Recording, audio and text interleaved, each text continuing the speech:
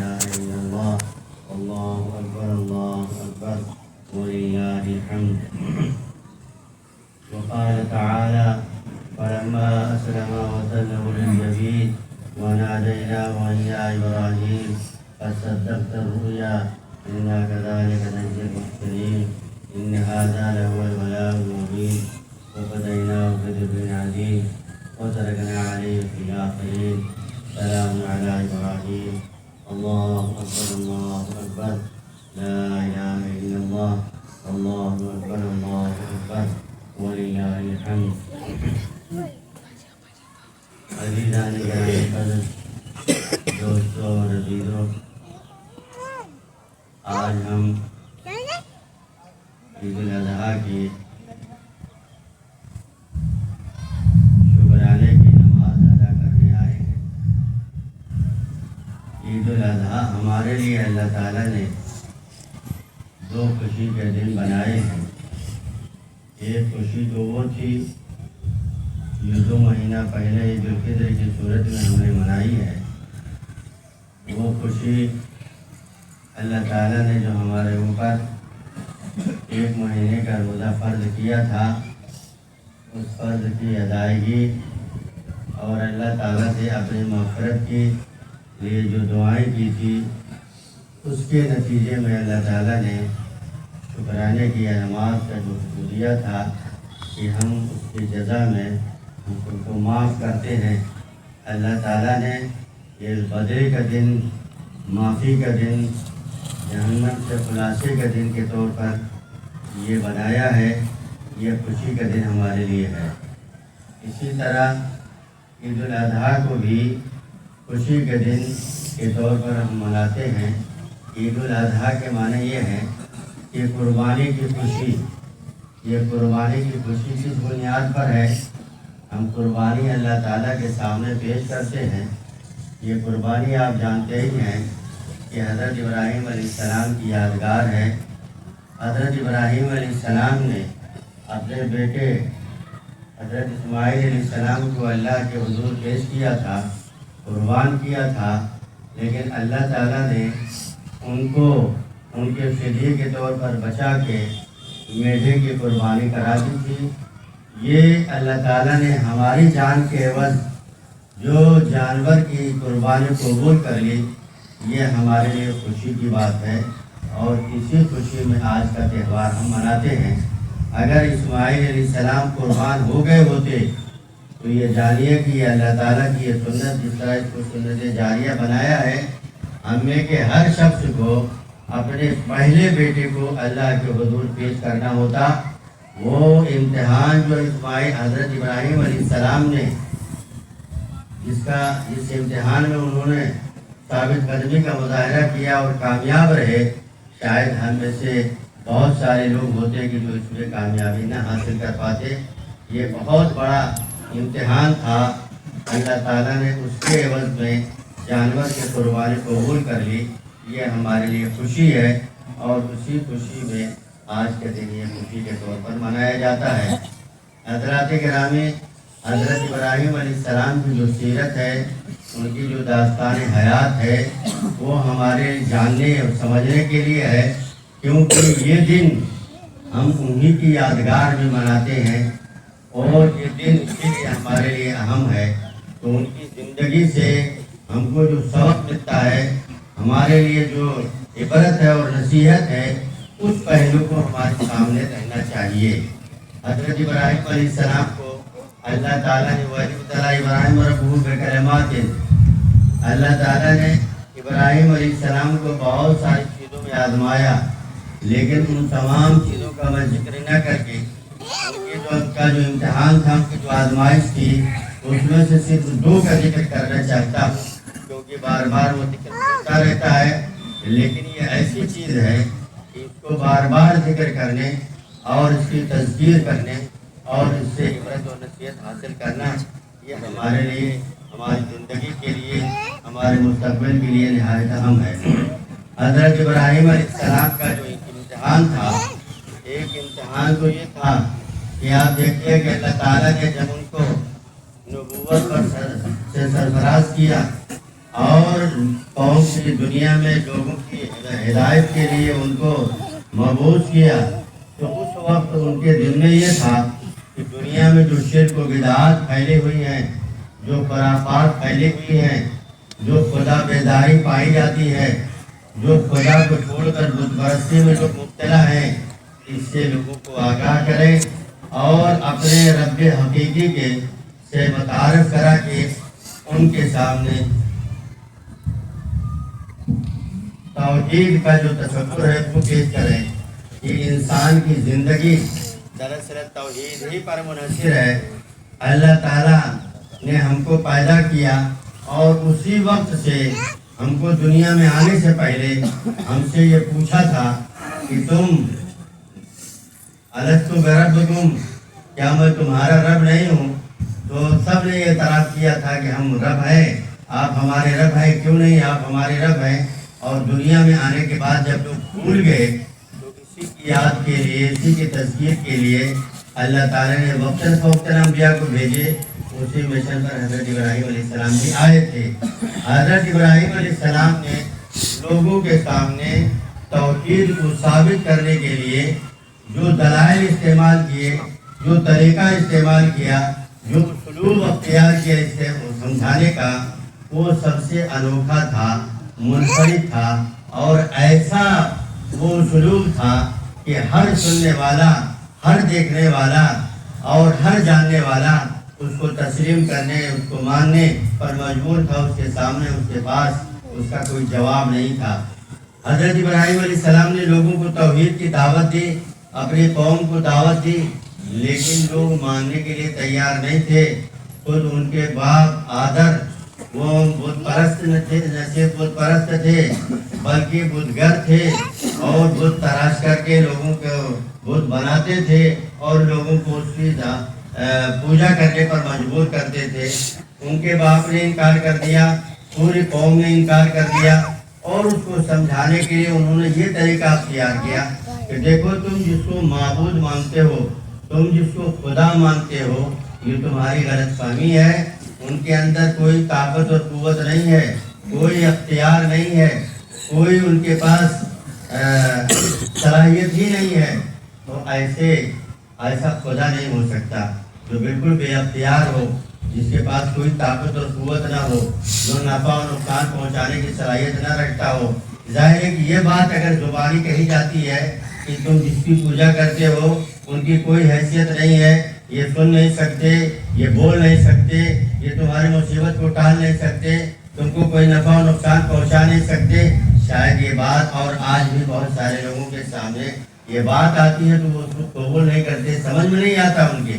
حضرت ابراہیم علیہ السلام نے اسلوب یہ اختیار کیا، سمجھانے کا طریقہ یہ اختیار کیا کہ ایک بار بہت بڑا میلہ تھا، یوں سمجھیے کہ جیسے الہ آباد میں میلہ ہوتا ہے، وہاں لوگ نہانے جاتے ہیں اور بہت سارے لوگ جمع ہوتے ہیں، ایسے ہی ان کا بہت بڑا میلہ تھا، یہاں بہت سارے لوگ جمع ہوئے تھے، اور جو بہت بڑا یعنی جہاں مندر تھا، جہاں لوگ پوجا کے لیے جاتے تھے، وہاں حضرت ابراہیم علیہ السلام بھی قوم کے لوگوں کے ساتھ گئے اور یہ طے کر لیا کہ آج ہم ان کو بتائیں گے کہ دیکھو، جس کو تم خدا مانتے ہو، جس کی تم پوجا کرتے ہو، جس سے تم اپنا نفع و نقصان وابستہ کیے بیٹھے ہو، ان کی کوئی حیثیت نہیں ہے۔ ہوا یہ کہ جب پروگرام ان کا ختم ہو گیا، لوگ اپنے اپنے گھروں کو چلے گئے، ان سے بھی کہا کہ چلو اب واپس چلتے ہیں، اب پروگرام ختم ہو گیا، تو انہوں نے آسمان کی طرف دیکھ کر کے صرف لوگوں کو یہ بتانے کے لیے کہ میں اس پوزیشن میں ابھی نہیں ہوں کہ میں سفر کر سکوں، بہت تھکان ہو گئی ہے دن بھر کے دوڑ دھوپ سے، تو اس تارے کو دیکھ کر کے کہا کہ میں انی سقیم، میں جو ہے بہت ہی تھکا ہوا ہوں اور اس پوزیشن میں نہیں ہوں کہ اب میں رات میں سفر کر سکوں، اس لیے آپ لوگ جائیے، میں صبح میں آؤں گا، میں ٹھہرتا ہوں۔ اور ان کا منصوبہ یہ تھا کہ جب سارے لوگ اپنے اپنے گھروں کو چلے جائیں گے اور سب لوگ سو جائیں گے، مندر کے پروہت اور پنڈت بھی اپنی اپنی جگہ پر ہو جائیں گے، تو ہم جا کر کے ان کی بتوں کو توڑیں گے۔ اور چنانچہ ہوا یہی کہ جب سب لوگ اپنی اپنی جگہ پر ہو گئے، اپنے اپنے گھروں کو واپس ہو گئے، تو ابراہیم علیہ السلام نے جا کر کے ایک کلہاڑی سے جتنے بت تھے سب کو توڑ ڈالا، اور اس میں جو سب سے بڑا بت تھا اس کے گردن میں کلہاڑی ڈال کے چھوڑ دیا۔ صبح ہنگامہ ہوا کہ ارے ہمارے بتوں کا یہ حشر کس نے کیا، یہ کس نے ان کو توڑا ہے؟ اور ظاہر ہے کہ یہ بہت بڑا مسئلہ تھا۔ آج ایک چھوٹے سے مندر میں کوئی نقصان پہنچ جاتا ہے تو آپ دیکھتے ہیں کہ کتنا بڑا ہنگامہ ہوتا ہے، اور جو ان کا سب سے بڑا بت کدا ہو اور وہاں پہنچ کے اگر اس طرح کی حرکت ہو جائے تو اس کا ریئیکشن کیا ہو سکتا ہے، آپ تصور کر سکتے ہیں۔ چنانچہ لوگ جمع ہوئے تو یہ ہوا کہ یہ حرکت کس کی ہو سکتی ہے، کس نے توڑا ہوگا؟ تو لوگوں نے کہا کہ ایک نوجوان ہے ابراہیم نام کا، جو ہمیشہ ہمارے بتوں پر تنقید کرتا ہے، اس کو برا بھلا کہتا ہے اور اس کو غلط ثابت کرتا ہے، وہی نوجوان ہو سکتا ہے، اسی کو بلا کے پوچھا جائے۔ چنانچہ حضرت ابراہیم علیہ السلام کو لوگ لے آئے، مجمع عام میں لوگوں کے سامنے کھڑا کیا اور یہ کہا کہ یہ بت جو بتوں کا یہ حشر کس نے کیا ہے، ان بتوں کو کس نے توڑا ہے؟ تو حضرت ابراہیم علیہ السلام نے کہا کہ مجھ سے کیوں پوچھتے ہو، یہ تمہارے خدا ہیں، اور جو سب سے بڑا بت ہے اس کی گردن میں کلہاڑی ہے، اس سے پوچھو، اسی کی حرکت ہوگی، کیونکہ کلہاڑی اسی کے پاس ہے، اسی نے توڑا ہوگا۔ تو ظاہر ہے کہ ایسا ان کا سوال تھا کہ ان سے کیوں نہیں پوچھتے۔ سارے لوگ لاجواب ہو گئے، سب کی گردن جھک گئی اور سوچنے پر مجبور ہو گئے کہ یہ خدا اگر ہم ان کو مانتے ہیں تو یہ کیسا خدا ہے کہ جو اپنے اوپر آئی ہوئی مصیبت کو نہ ٹال سکتا ہے، نہ بیان کر سکتا ہے، نہ اپنا تحفظ کر سکتا ہے۔ تھوڑی دیر کے لیے انہوں نے یہ کہا کہ صاحب تم تو جانتے ہی ہو کہ یہ بولتے نہیں۔ ابراہیم علیہ السلام نے کہا کہ ہے تم پر جو خدا اپنے اوپر آئی مصیبت کو بیان نہیں کر سکتا، اپنی حفاظت نہیں کر سکتا، اپنا تحفظ نہیں کر سکتا، وہ خدا تمہارا کیسے ہو سکتا ہے؟ حیرت ہے تمہاری عقل پر، ماتم ہے تمہارے عقل پر کہ تم نے کس کو معبود بنا رکھا ہے۔ اگر یہی معبود ہے تو سوچو یہ کہ جو اپنے اوپر مصیبت آئے جو بتا نہیں سکتا، وہ تم کو کیا نفع نقصان پہنچائے گا؟ تم ان کے بارے میں جو تصور رکھتے ہو یہ نہایت غلط ہے، اس سے باز آ جاؤ۔ لیکن ظاہر ہے کہ جب آدمی اپنی سوچ اور فکر پر اصرار کرتا ہے، ہر دھرمی کا مظاہرہ کرتا ہے، کسی بات کو تسلیم کرنے کے لیے تیار نہیں ہوتا، پہلے سے یہ طے کیے بیٹھتا ہے کہ کچھ بھی ہو جائے ہم کو ماننا اسی پر ہے، کیونکہ زمانے دراز سے باپ دادا کا یہ دین رہا ہے، اس سے ہم منحرف کیسے ہوں گے؟ چنانچہ وہاں یہ طے ہوا، ان کے جو بڑے بڑے پنڈت تھے انہوں نے یہ کہا کہ اگر اپنے دین پر قائم رہنا چاہتے ہو تو کرنے کا کام یہ ہے کہ اسی وقت ان کا خاتمہ کر دیا جائے، اور ان کو ختم کرنے کی صورت یہ ہے کہ اگر اس طرح کوئی ایک فرد مارے گا تو ظاہر ہے کہ ہو سکتا ہے کہ عصبیت میں ان کے گھر خاندان کے لوگ کھڑے ہوں، صورت یہ ہوگی کہ سارے لوگ لکڑی جمع کریں اور سب لوگ مل کر کے ان کو اکٹھائی آگ میں انگارے میں کے حوالے کر دیں، شعلے کے حوالے کر دیں، اور یہ ختم ہو جائیں گے، کیونکہ سارے لوگ شریک ہوں گے، اس لیے کسی کا کوئی فرد کا معاملہ نہیں ہوگا، اس لیے کوئی مقابلے کے لیے نہیں کھڑا ہوگا۔ چنانچہ سارے لوگوں کا یہ اجتماعی فیصلہ تھا کہ ان کو آگ کے حوالے کر دیا جائے۔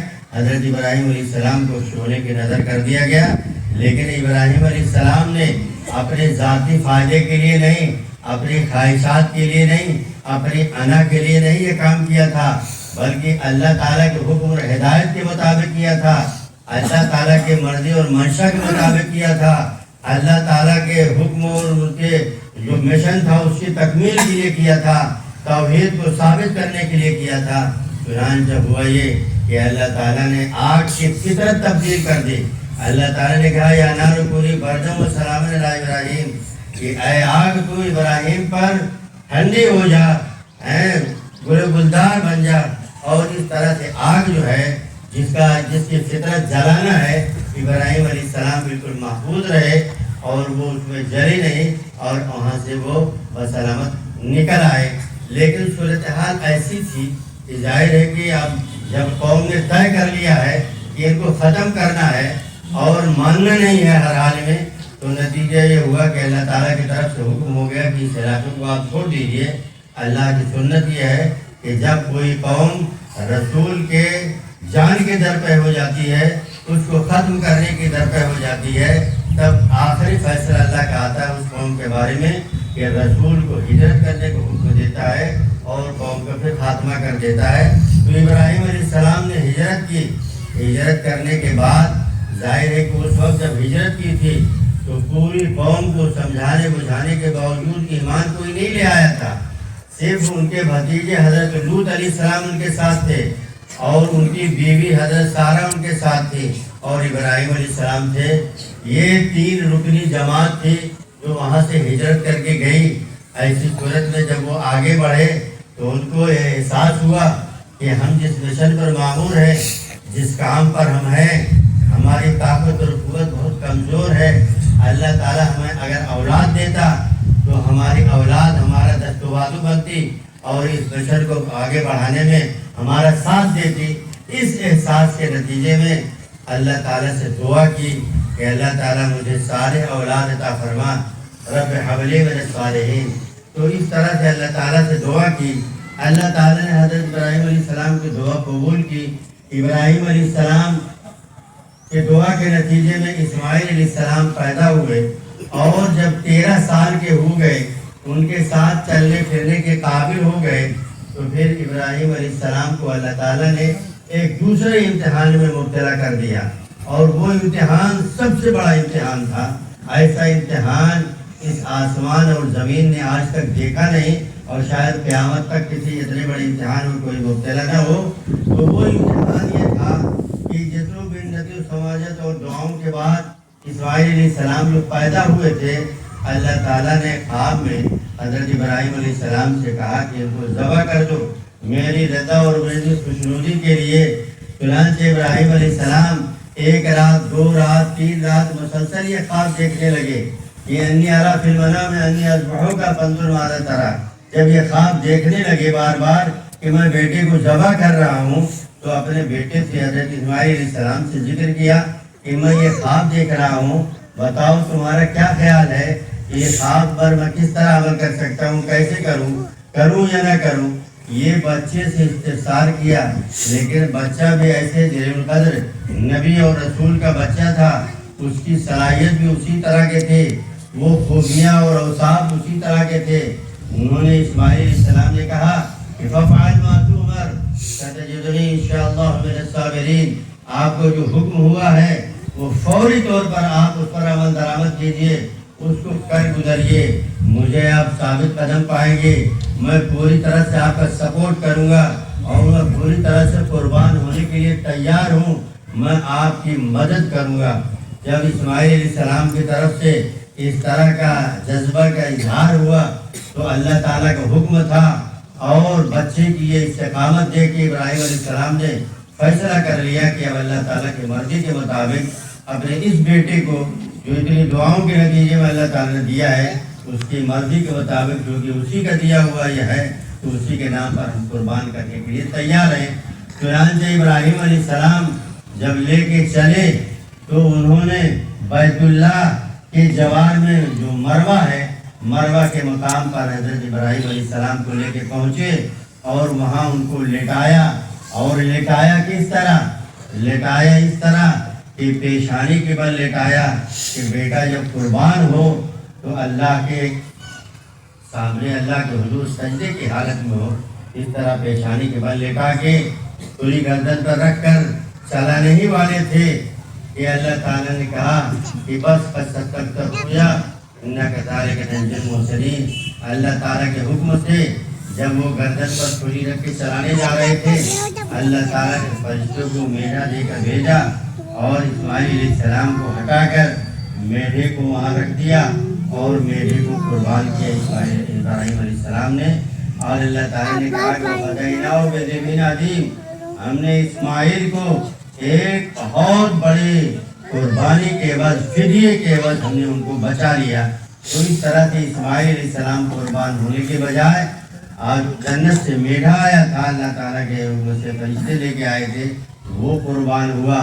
اللہ تعالیٰ کو مقصود اسماعیل علیہ السلام کی جان لینا نہیں تھا، ان کی قربانی لینا نہیں تھا، بلکہ باپ اور بیٹے کے جذبات کو، ان کے حوصلے کو دیکھنا مقصود تھا کہ کیا اللہ کے نام پر ہر چیز اس کے حوالے کرنے اور اس کے نام پر قربان ہونے کے لیے تیار ہے یا نہیں۔ جب یہ معاملہ ہو گیا تو اللہ تعالیٰ نے کہا صدقت رؤیا انا کذالک نجزی المحسنین ان ھذا لہو البلاء المبین۔ یہ اللہ تعالیٰ یہ کہہ رہا ہے کہ بہت بڑی آزمائش تھی، یہ اللہ تعالیٰ کے یہاں نزدیک بہت بڑی آزمائش تھی۔ ایسی آزمائش شاید اب کسی کی نہ ہو۔ حضرت ابراہیم علیہ السلام سے کامیاب ہوئے۔ یہ جو اسماعیل علیہ السلام کو انہوں نے اس طرح قربان کیا، یہ اللہ تعالیٰ کو یہ ادا اتنی پسند آئی، وَتَرَكْنَا عَلَيْهِ فِي الْآخِرِينَ، اللہ تعالیٰ نے اس کو بعد کے آنے والوں میں یہ طریقہ چھوڑ دیا، رائج کر دیا، جاری کر دیا۔ یہ سنت جاریہ ہو گئی اس زمانے سے لے کے ابراہیم علیہ السلام کے زمانے سے لے کے تا قیامت یہ سنت جاری رہے گی۔ اور آج ہم جو عید الاضحیٰ کی یہ خوشی منانے جا رہے ہیں، دراصل یہ اسی کی یادگار ہے۔ اس طرح ابراہیم علیہ السلام کو قربان کر کے، اسماعیل علیہ السلام کو قربان کر کے ابراہیم علیہ السلام نے ایک بہت بڑی مثال قائم کی، قربانی کی مثال قائم کی۔ یہ قربانی کیا تھی؟ ظاہر ہے کہ یہ اللہ تعالیٰ کے مرضی پر اور سب کچھ قربان دینے کی ایک مثال تھی۔ فلما اسلم وتلہ للجبین، جب یہ سب اپنے آپ کو بالکل حوالے کر دیا، اللہ کی مرضی کے تابع کر دیا، تو یہ قربانی کا عمل سامنے آیا۔ یہ قربانی ہمارے لیے کچھ پیغام لے کے آ رہی ہے، اور اس کو ہم کو اگر سامنے رکھنا ہے تو ہماری یہ قربانی، آج کی قربانی بامانہ ہوگی۔ اگر یہ اس طرح کی قربانی ہمارے سامنے نہیں ہے تو سمجھیے کہ ہماری یہ آج کی قربانی بامانہ نہیں ہوگی۔ ایک تو یہ ہے کہ جو یہ جس جذبے کے تحت اسماعیل علیہ السلام کو حضرت ابراہیم علیہ السلام نے قربان کیا تھا، وہی جذبہ ہمارے اندر ہونا چاہیے۔ اگر ہمارے اندر کسی کے اندر بھی جو قربانی کرتا ہے گوشت کھانے کا جذبہ ہوگا، نام و نمود کا جذبہ ہوگا، تو وہ قربانی بے معنی ہوگی۔ تو اصلاً ہم کو جذبات کی قربانی دینا ہے۔ اللہ تعالیٰ نے فرمایا کہ لَن يَنَالَ اللَّهَ لُحُومُهَا وَلَا دِمَاؤُهَا وَلَٰكِن يَنَالُهُ التَّقْوَىٰ مِنكُمْ۔ اللہ تعالیٰ کو جس جانور کو آپ قربان کرتے ہیں اس کا گوشت اور خون نہیں پہنچتا، وہ تقویٰ دیکھنا چاہتا ہے کہ کس جذبے کے تحت تم قربانی کرتے ہو۔ تو یہ جذبہ اللہ تعالیٰ کو مقصود ہے، یہ تقویٰ مقصود ہے، یہ للہیت مقصود ہے۔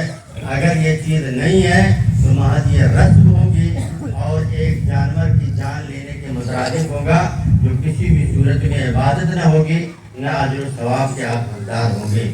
تو یہ قربانی ہماری محض اللہ کے لیے خلوص کے ساتھ ہونی چاہیے، اور اس جذبے کے تحت ہونی چاہیے کہ اللہ تعالیٰ نے آج ہماری جان کے عوض جانور کی قربانی قبول کی ہے، لیکن اگر اس کے دین کی ضرورت ہوگی اور اللہ کا حکم ہوگا تو ہم اپنی جان کے نذرانے بھی پیش کریں گے، اس سے دریغ نہیں کریں گے۔ ہر سال یہ قربانی کر کے ہم اللہ تعالیٰ کے سامنے یہ عہد کرتے ہیں، اس عہد کی تجدید کرتے ہیں کہ اگر ضرورت پڑی تو ہم اپنی جان قربان کرنے کے لیے تیار ہوں گے۔ دوسری چیز یہ ہے کہ آپ دیکھیے کہ اس میں پوری زندگی اثار و قربانی کی ہے، اور اسماعیل علیہ السلام کو قربان کر کے ایک بہت بڑی اثار و قربانی کا جذبہ حضرت ابراہیم علیہ السلام نے پیش کیا۔ ہماری زندگی میں بہت سارے مسائل ہیں، بہت سارے موانع و مشکلات ہیں۔ اللہ تعالیٰ کے حکم اور ہدایت پر عمل کرنے کے اگر ہم اپنے جذبات کو، اپنے خواہشات کو اور اللہ تعالیٰ کے حکم اور ہدایت پر عمل کرنے کے لیے اپنے حوصلے کو بلند نہیں کریں گے اور اللہ کے مرضی کے تابع نہیں کریں گے تو پھر ہماری یہ قربانی بے معنی ہوگی۔ آپ سماجی اعتبار سے، معاشی اعتبار سے، تعلیمی اعتبار سے، ہر پہلو سے ہندوستان کے جو حالات ہیں وہ ہم سے مطالبہ کرتے ہیں کہ ہم ایسا اخلاق، ایسا کردار، ایسا نمونہ پیش کریں کہ جو سب کے لیے عبرت کا باعث ہو اور جو ہر آدمی ہم کو قبول کرنے کے لیے تیار ہو۔ آج جو صورتحال ہے مسلمانوں کی اخلاقیات کی، آج تو خود مسلمان پر اعتماد و بھروسہ کرنے کے لیے تیار نہیں۔ اگر کسی کو کوئی چیز خریدنی ہوتی ہے، کوئی چیز لینا ہوتا ہے تو اللہ ماشاء اللہ ورنہ تجربہ یہ بتاتا ہے کہ اگر آپ نے کسی مسلمان سے کنٹیکٹ کیا، کسی مسلمان سے کوئی معاملہ کیا، تو لازماً آپ خسارے میں ہوتے ہیں، نقصان کھاتے ہیں، دھوکہ دیتا ہے، بے ایمانی کرتا ہے، فراڈ کرتا ہے، چیٹنگ کرتا ہے۔ یہ سب جو اوصاف بد ہیں، یہ کسی مسلمان کے کردار کے نہیں ہیں۔ آج مسلمان کو چھوڑ کر کے غیر مسلم سے لوگ معاملہ کرنے پر تیار ہیں اور معاملہ کرتے ہیں اور پسند کرتے ہیں کہ مسلمانوں کے بجائے غیر مسلم سے معاملہ کیا جائے، وہ صحیح معاملہ کرے گا۔ یہ ہمارے حالات ہیں۔ اگر ہم نے اپنے اس کردار کو، اس اوصاف کو جو اوصاف بد میں شامل ہے، اس کو ہم تبدیل نہیں کریں گے تو ہم، اس کا مطلب یہ ہوا کہ اللہ کی مرضی کے مطابق کے بجائے ہم اپنے خواہشات کی مرضی کے تابع ہیں، اور جب خواہشات کے تابع ہو جاتا ہے تو ظاہر ہے کہ وہ توحید نہیں، خواہشات کے پر تابع اتباع جو ہے یہ شرک ہے۔ آدمی خواہشات کی جب اتباع کرتا ہے تو وہ توحید سے منحرف ہوتا ہے، خدا سے بغاوت کرتا ہے، اور جو خدا کا باغی ہو، جو سرکش ہو، جو خرافات و بدعات کا پیرو ہو، وہ ظاہر ہے کہ اللہ تعالیٰ کی خوشنودی، اس کی مرضی حاصل نہیں کر سکتا، تو یہ ہماری یہ جو قربانی ہے وہ بے معنی ہوگی۔ اس کے مقابلے میں ضرورت یہ ہے کہ ہمارا اخلاق، ہمارا کردار، ہمارے معاملات ایسے ہوں کہ لوگ دوسروں کو چھوڑ کر ہمارے پاس آئیں۔ ایک دو مثالیں میں دیتا ہوں۔ آپ دیکھیے کہ مکے میں جب رسول اللہ صلی اللہ علیہ وسلم نے لوگوں کو توحید کی دعوت دی، ظاہر ہے کہ یہی پیغام اللہ کا پیغام ہے اور یہی دین اللہ کا دین ہے جو تمام انبیاء لے کے آئے۔ جب توحید کی دعوت دی تو ظاہر ہے کہ عرب میں بت پرستی عام تھی، لات و منات اور عزا، اور نہ جانے گھر گھر بت، الگ الگ قبیلے کے بت تھے، وہ بت پرستی میں بالکل ڈوبے ہوئے تھے، ان کی گھٹے میں تھے۔ لیکن جب رسول اللہ صلی اللہ علیہ وسلم نے ان کے سامنے یہ دعوت پیش کی کہ دیکھو یہ جتنے معبودان باطل ہیں یہ سب بے معنی ہیں، ان کی کوئی حیثیت نہیں، ان کا کوئی کردار نہیں، نفع و نقصان پہنچانے کی یہ مالک نہیں ہے۔ ایک خدا کو مانو، اس خدا کو مانو جس نے زمین اور آسمان کو پیدا کیا، جس نے خود تم کو پیدا کیا اور جس نے پوری زندگی کے وسائل حیات تم کو فراہم کیے، جس کی بنیاد پر تم کھاتے پیتے جیتے ہو رہتے بستے ہو، اس خدا کو مانو۔ ان معبودان باطل میں سے بتاؤ کس نے کیا چیز بنائی ہے، کس نے کیا چیز پیدا کی ہے، ان کے پاس کیا اختیار ہے۔ ظاہر ہے کہ اس طرح رسول اللہ صلی اللہ علیہ وسلم نے جب ان کو توحید کی دعوت دی اور بت پرستی سے روکا تو ساری قوم مخالف ہو گئی۔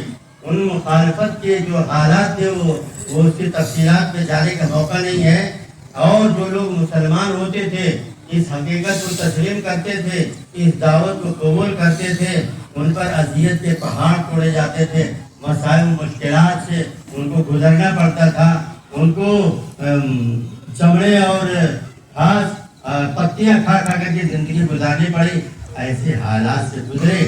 لیکن میں جو آپ کو بتانا چاہتا ہوں، تفصیلات میں نہ جا کے یہ بتانا چاہتا ہوں کہ پوری قوم جس کو دشمن سمجھتی تھی، پوری قوم جس کی مخالف تھی، لیکن وہ قوم اس کو صادق الامین بھی مانتی تھی۔ پوری قوم اپنی امانت اسی فرد، اسی شخص کے پاس رکھتی تھی۔ رسول اللہ صلی اللہ علیہ وسلم نے جب ہجرت کی ہے تو آپ دیکھیے کہ مکہ کے بہت سارے لوگوں کی امانت رسول اللہ صلی اللہ علیہ وسلم کے پاس تھی، اور یہ ان کی امانتیں تھی۔ ظاہر ہے کہ جو مسلمان تھے وہ تو رسول اللہ صلی اللہ علیہ وسلم کے پاس امانت ان کو رکھنے کی ضرورت ہی نہیں تھی۔ اپنے پیسے کی صورت میں اور اشیاء کی صورت میں جو کچھ ان کے پاس تھا امانت کی صورت میں، انہوں نے رسول اللہ صلی اللہ علیہ وسلم کے پاس رکھا۔ اور یہ رکھنے والے کون لوگ تھے؟ یہ مشرکین مکہ تھے، آپ کے شدید مخالف تھے۔ ان ساری مخالفتوں کے باوجود یہ مانتے تھے کہ یہ ایسا اعلیٰ اخلاق و کردار کا حامل شخص ہے کہ جو جہاں ہماری امانت محفوظ رہے گی، جہاں ذرا بھی خرد نہیں ہوگا۔ یعنی دشمن بھی آپ کی امانت کا قائل تھا اس وقت جبکہ وہ شدید دشمنی میں مبتلا تھا، آپ کی جان کے در پہ تھا۔ رسول اللہ صلی اللہ علیہ وسلم کے گھر کا محاصرہ کر کے یہ طے کر لیا گیا تھا کہ آج رات ان کا خاتمہ کر دیا جائے گا، اور اس وقت رسول اللہ صلی اللہ علیہ وسلم نے وہ امانت حضرت علی رضی اللہ عنہ کو دے کے اپنے بستر پر ان کو لٹا کے اور انہی کے سامنے سے اللہ تعالیٰ کے حکم سے وہ نکل کے چلے گئے اور ان کے سروں پر خاک ڈالتے ہوئے گئے. اللہ تعالیٰ نے ان کی آنکھ کو مات کر دیا تھا, وہ دیکھ نہیں سکے اور انہی کے سامنے صلی اللہ علیہ وسلم نکل کے حضرت ابوبکر رضی اللہ کے گھر گئے, وہاں سے پھر غار ثور گئے اور پھر وہاں سے پھر مدینہ ہجرت کر گئے. تو یہ دیکھیے, میں یہ بتانا چاہتا ہوں کہ رسول اللہ صلی اللہ علیہ وسلم کا یہ کردار تھا. یہ صرف رسول کا کردار نہیں ہے, ہم آپ اس کی امت ہیں, انہی کا کردار ہمارے لیے اسوہ اور نمونہ ہے. یہی ہمارا کردار بھی ہونا چاہیے. اور اس طرح کا کردار اگر ہم پیدا کر لیتے ہیں, اس طرح کا کردار ہمارے اندر آ جاتا ہے, تو جو آج پوری قوم ہماری مخالف ہے, جو ہماری جان کی در پہ ہے, میں تفصیلات میں نہیں جانا چاہتا. روز احوال آپ کے سامنے آتے رہتے ہیں, چاہے معافیتی کی صورت میں ہو, چاہے وہ جہاد کی صورت میں ہو, چاہے وہ گھر واپسی کی صورت میں ہو, چاہے مساجد کے تحفظ کا مسئلہ ہو اور یا مدارس کے تحفظ کا مسئلہ ہو, پرسنل اللہ کا مسئلہ ہو. بہت سارے مسائل تفصیلات میں جانے کی ضرورت نہیں ہے. ہمارے جان کے در پہ اس طرح کی بات کہی جاتی ہے کہ صاحب اگر یہ رہیں گے تو ہم محفوظ نہیں رہیں گے. ہمارے تعلق سے چاہے وہ غلط ہی بات صحیح, اس طرح کا اظہار کیا جاتا ہے. اور ایک بڑی قوم ہے, ایک تنظیم ہے جو اس کے پیچھے لگی ہوئی ہے. میں یہ کہتا ہوں کہ اگر ہمارے اندر یہ کردار پیدا ہو جائے تو پھر ظاہر ہے کہ ساری مخالفت کے باوجود ہم ان کی ضرورت بن جائیں گے, ہمارا اعتماد ان کو حاصل ہو جائے گا. اگر چند لوگ مخالفت بھی کریں گے تب بھی ایک بڑی تعداد ہوگی کہ جو ہماری حمایت میں کھڑی ہوگی کہ نہیں یہ ایسے لوگ ہیں کہ اگر یہ چلے جائیں گے یا نہیں رہیں گے تو ہمارے لیے مشکل پیدا ہوگی, مسائل پیدا ہوں گے. آپ دیکھیں, ایک مثال میں اور دیتا ہوں کہ حضرت عمر رضی اللہ کا دور تھا اور حضرت خالد بن ولید رضی اللہ عنہ اور حضرت ابو عبیدہ بن جراح رضی اللہ عنہ مہاد جنگ پہ تھے. حمص اور شام کا علاقہ تھا جس کو فتح کر لیا تھا. مسلمان جس علاقے کو فتح کرتے تھے وہاں اپنی حکومت قائم کرتے تھے اور وہاں کی جو غیر مسلم آبادی ہوتی تھی ان پر جزیہ لگاتے تھے. اور جزیہ یا ان کے جان و مال کے تحفظ کے لیے ہوتا تھا. جزیہ ان لوگوں پہ لگتا تھا جو کمانے کی پوزیشن ہوتے تھے, جو نوجوان ہوتے تھے, جو طاقتور ہوتے تھے, جو کمانے کی پوزیشن میں ہوتے تھے, جزیہ ان پر لگتا تھا. اور جو کمزور ہوتے تھے, غریب ہوتے تھے, ان پہ کم لگتا تھا. جو زیادہ مالدار ہوتے تھے ان پہ زیادہ لگتا تھا. اور جو بالکل غریب ہوتے تھے, کمزور ہوتے تھے, عورتیں جو ہوتی ان پر نہیں جزیہ لگتا تھا. تو میں کہنا یہ چاہتا ہوں کہ حمص کا علاقہ, شام کا علاقہ, یہ علاقہ مسلمانوں نے فتح کیا تھا. لیکن غزوہ یرموک کا موقع تھا, وہاں ضرورت یہ تھی کہ وہاں سے فوج اٹھ کر کے وہاں جائے اور اس کے مقابلے کے لیے جائے. جب مسلمان وہاں سے اپنی فوج لے کر کے اس علاقے کو چھوڑ کے وہاں جانے لگے تو حضرت عبیدہ بن جراح رضی اللہ عنہ جو کمانڈر تھے اور حضرت خالد رضی اللہ عنہ جو کمانڈر تھے, انہوں نے یہ حکم دیا کہ ان سے جو لاکھوں کی صورت میں جو جزیہ وصول کیا گیا ہے ہر ایک کا جزیہ واپس کر دیا جائے, کیونکہ ہم نے ان سے جزیہ اس لیے لیا تھا کہ ان کے جان و مال کا تحفظ کریں گے. اب جب ہم یہاں سے رخصت ہو رہے ہیں, ہم یہاں سے جا رہے ہیں, ہم ان کے جان و مال کا تحفظ نہیں کر سکتے, ان کو گارنٹی نہیں دے سکتے, ضمانت نہیں دے سکتے, تو ان کے جان و مال کا تحفظ جزیہ کے صورت میں جو لیا تھا وہ پیسہ ان کو واپس کر دیا جائے.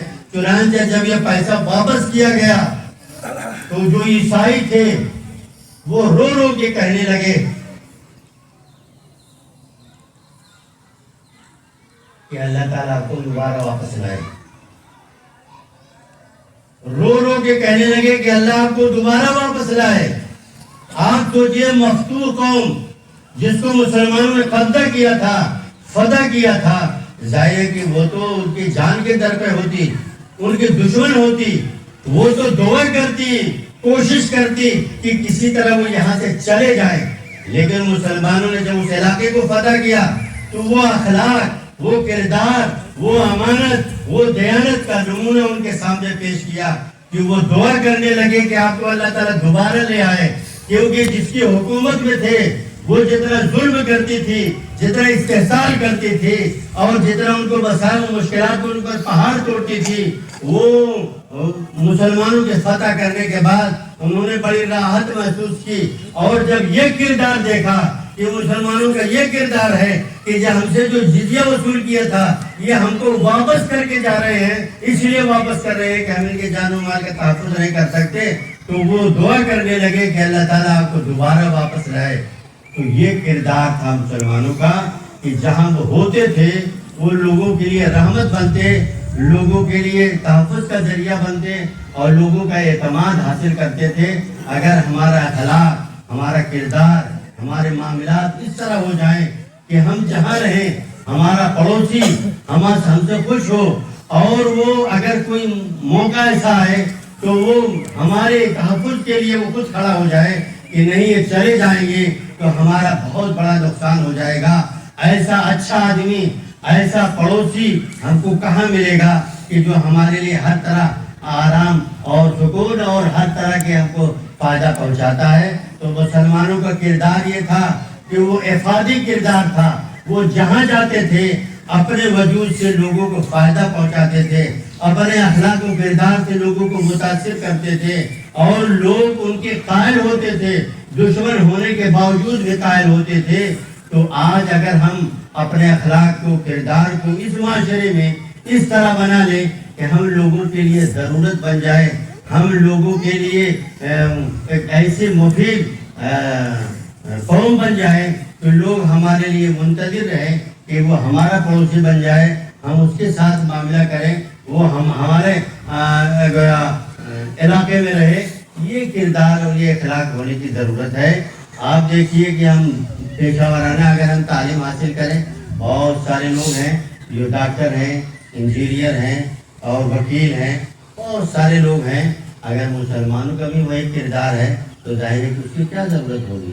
لیکن اگر ایک ڈاکٹر ہے اور وہ ڈاکٹر ایسا ہے کہ جس کے اندر خدمت کا جذبہ ہے، جو لوگوں کی خدمت کرتا ہے، استحصال نہیں کرتا۔ آج جو ڈاکٹر ہے وہ استحصال کرتا ہے، انجینئر ہے وہ استحصال کرتا ہے، وکیل ہے وہ استحصال کرتا ہے، جو جہاں ہے وہ استحصال کرتا ہے۔ کوئی فرق نہیں ایک مسلم ڈاکٹر اور ایک غیر مسلم ڈاکٹر، ایک مسلم وکیل، ایک غیر مسلم وکیل، ایک مسلم انجینئر اور ایک غیر مسلم انجینئر، یا جس فیلڈ کا جو بھی ہو، کوئی ہم کو فرق نہیں لگتا اخلاق و کردار میں۔ ڈاکٹر بھی آپ سے کیا وصول کرتا ہے؟ آپ سے فیس لیتا ہے، جو دوائیں دیتا ہے وہ جنرک دوائیں دے کر کے 1 روپیہ کی دوا ہے تو 100 روپیہ وصول کرتا ہے، پھر وہ ٹیسٹ کرواتا ہے، اس میں اس کا کمیشن بنتا ہے، سونوگرافی کروائے گا اور اس میں بھی اس کا بنتا ہے۔ اس طرح سے یہ جو مختلف ذرائع سے دوا آپ لیں گے اس سے تو جتنے ڈاکٹر ہیں آپ دیکھیں یہاں سے لے کے اعظم گڑھ تک، وہ دوا اپنے یہاں سے دیں گے، اور وہ دوا آپ چاہیں کہ میڈیکل ہاتھ سے لے لیں وہاں سے مل جائے تو نہیں مل سکتی۔ ہر حال میں ان کو آپ کو اعظم گڑھ جا کے ان کے ہاتھ سے لینا پڑے گا، آپ کسی میڈیکل ہاتھ سے نہیں لے لیتے، ایسی دوائیں دیتے ہیں، اور ہر صورت میں وہ آپ کا استحصال کرتے ہیں۔ ان کے اندر خدمت کا جذبہ نہیں ہوتا، جبکہ ان کے سلیبس میں یہ بات شامل ہے کہ ہم جو یہ پڑھ رہے ہیں وہ قوم کی خدمت کریں گے تو استحصال نہیں کریں گے۔ یہ میں نے ایک مثال دی ہے، ہر فیلڈ میں وکیل کا بھی وہی حال ہے، بار بار آپ کی تاریخ لے لے گا اور مقدمے کو بڑھاتا جائے گا، اور دونوں فریق سے وہ پیسہ لے گا، اب وہ جس نے زیادہ دیا اس کی پیروی کر کے اس کو جیتا دے گا۔ ایسا بھی ہوتا ہے کہ ایک وکیل آپ کا ہے، آپ کا کیس مضبوط ہے، لیکن دوسرے فریق نے آپ سے زیادہ پیسہ دے دیا، تو وہ ایسی وہ وہاں جو ہے وکالت کرے گا کہ وہ دوسرا فریق جیت جائے اور وہ ہار جائے کیونکہ اس سے پیسہ لے لیا۔ تو ایک دوسرے سے مل جاتے ہیں وکالت میں بھی اور دوسرے فیلڈ میں بھی، اس طرح کی صورتحال ہے۔ اگر کوئی ایماندار ہو اور باصلاحیت ہو اور اپنی صلاحیت سے، اپنے خدمات سے یہ ثابت کرے کہ نہیں ہم امانت کے ساتھ، دیانت کے ساتھ یہ کام کرتے ہیں اور پبلک کو سمجھ میں آئے۔ جیسے آپ دیکھیے کہ اس زمانے میں میں مثال دیتا ہوں ڈاکٹر جاوید صاحب کی اعظم گڑھ میں، آپ بہت سارے ہڈی کے ڈاکٹر ہیں، ان کے یہاں جائیے اور ان کے یہاں جائیے، لوگوں کو حیرت ہوتی ہے کہ صاحب اتنا کچھ کیا انہوں نے اور فیس 10 روپے 40 روپے میں ساری دوا دے دی، کل دیکھ لیا اور اتنی کم قیمت میں علاج کر دیا، وہ ٹھیک ہو گئے۔ دوسروں کے یہاں جائیں گے تو ہزار روپے لگ جاتے ہیں۔ اور اس کے بعد آپ ٹھیک ہوتے ہیں کہ نہیں ٹھیک ہوتے اس کی کوئی گارنٹی نہیں ہوتی. تو جو پیشہ ہم اختیار کریں، جو اخلاق و کردار ہمارا ہو وہ مثالی ہو، نمونہ ہو، لوگ قبول کریں اور یہ خواہش کریں کہ ہاں ایسا ہی آدمی ہونا چاہیے. اگر آپ معاشرے کی، علاقے کی ضرورت بن جائیں گے تو یقیناً آپ کے تحفظ کا کوئی مسئلہ نہیں ہوگا. ہر آدمی آپ کی حفاظت کے لیے کھڑا ہوگا، آپ کے لیے دعائیں کرے گا اور آپ کے لیے راہیں ہموار ہوگی. اس طرح کے اخلاق و کردار ہمارے اندر پیدا کرنے کی ضرورت ہے. جس طرح کے حالات ہیں اس میں قوم جس کے مسائل، جس طرح کے مسائل ہیں اس کو دگنا تین گنا چار گنا محنت کر کے اور اسی طرح قربانی پیش کر کے اپنی حیثیت کو منوانا، اپنے وجود کو منوانا ہوگا. تب جا کر کے ہم اسٹیبلش ہو سکتے ہیں، مستحکم ہو سکتے ہیں، آگے بڑھ سکتے ہیں. ایک مثال دے کے بات لمبی ہو رہی ہے، میں ختم کرتا ہوں کہ آدمی ضرورت کیسے بنتا ہے. ضرورت جب بن جاتا ہے تو کوئی کتنے ہی مخالف ہو لیکن اس ضرورت کی وجہ سے ہر حال میں اس کو تسلیم کرتا ہے، قبول کرتا ہے. ہمارے معاشرے کی مثال نہیں ہے لیکن ایک ایسے معاشرے کی مثال ہے جو سب سے زیادہ پسماندہ معاشرہ رہا ہے. آپ سب جانتے ہیں جو دلت معاشرہ ہے ان سے بستی آپ دیکھیے کہ گاؤں کے باہر بسائی جاتی رہی ہے. ان کو گاؤں میں گھسنے کی بھی اجازت نہیں تھی بغیر اجازت کے. اور ہندو معاشرے میں تو یہ تھا کہ اعلان کر کے آؤ. اگر تم بغیر اعلان کہیں آئے، پنڈت اگر وہ وید پڑھ رہا ہے اس کے اشلوک کان میں پڑ گئے تو اس کے کان میں سیسا پلا دیا جاتا تھا. یہ صورتحال تھی، ان کو اشوت بنا کے رکھا گیا. وہ آج کا واقعہ بھی آپ دیکھیے کہ قبائلی قبائل سے ان کا تعلق ہے. جو ہماری صدر جمہوریہ ہیں درپتی برو جی، آپ دیکھیے کہ وہ انہوں نے دورہ کیا اور ایک مندر میں پوجا کے لیے جانا چاہتی تھی. لیکن آج کے دور میں بھی یہ ترقی یافتہ اور روشن دور کہا جاتا ہے. اس دور میں بھی جو اول شہری ہے، نمبر 1 شہری جس کو کہا جاتا ہے صدر جمہوریہ، اتنی اعلیٰ مناصب پر فائز ہونے کے باوجود مندر میں نہیں جانے دیا گیا. کیوں؟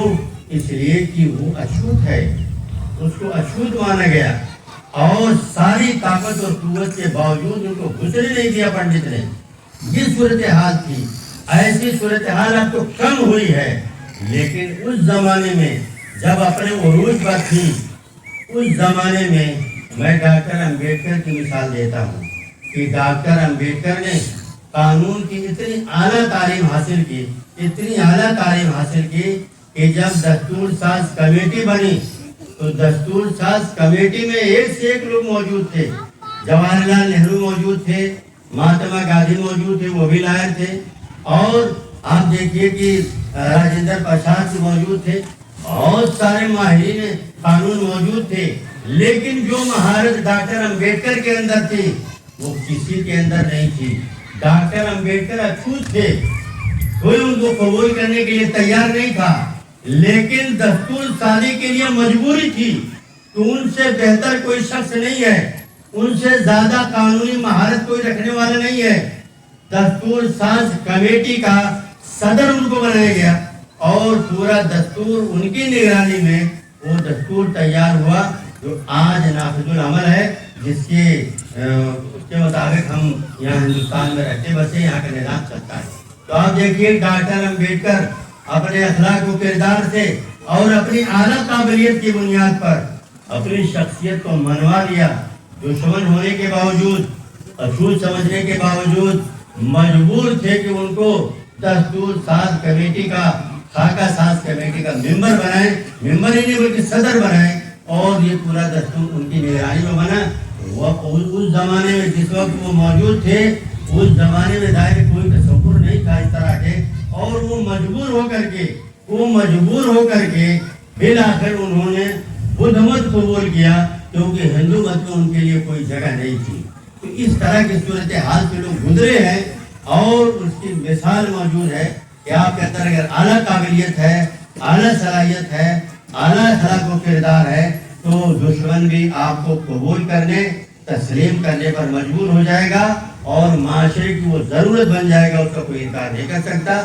آج ہم کو ضرورت ہے کہ اسی طرح ہر فیلڈ میں قربانی دے کر کے اپنی صلاحیت کو، اپنے اخلاق کو، اپنے کردار کو، اپنے اعمال کو اس طرح بنائیں کہ ہر آدمی دیکھے تو مسلمان کی طرف دیکھے، مانے تو مسلمان کو مانے، معاملہ کرے تو مسلمان سے کرے اور اعتماد کے ساتھ کرے کہ اگر ہم کامیاب ہو سکتے اس معاملے میں تو انہیں کے یہاں کوئی چیز خریدنے جاتا ہے تو اگر وہ اطمینان قلب کے ساتھ خریدے کہ ہم کو یہ چیز ڈپلیکیٹ نہیں ملے گی، اوریجنل کا دام قیمت لے گا تو اوریجنل دے گا، یہ کوئی یہ صلاحیت، یہ کردار، یہ کیریکٹر پیدا کرنے کی ضرورت ہے۔ اگر موجودہ حالات میں ہم کو قائم رکھنا ہے، اپنے کو اسٹیبلش کرنا ہے، اپنے کو زندہ رکھنا ہے، اپنی شخصیت، اپنی حیثیت کو منوانا ہے تو یہ اخلاق و کردار پیدا کرنا ہوگا۔ اللہ تعالیٰ ہمیں اس کی توفیق دے کہ اس قربانی کے ذریعے سے ہم اپنی معاشرتی زندگی، سماجی زندگی، اخلاقی زندگی میں وہی قربانی دے کر کے اپنے اندر یہ اوصاف پیدا کریں گے۔ اقول قولی ھذا واستغفر اللہ لی ولکم ولسائر المسلمین واستغفروہ انہ هو الغفور الرحیم۔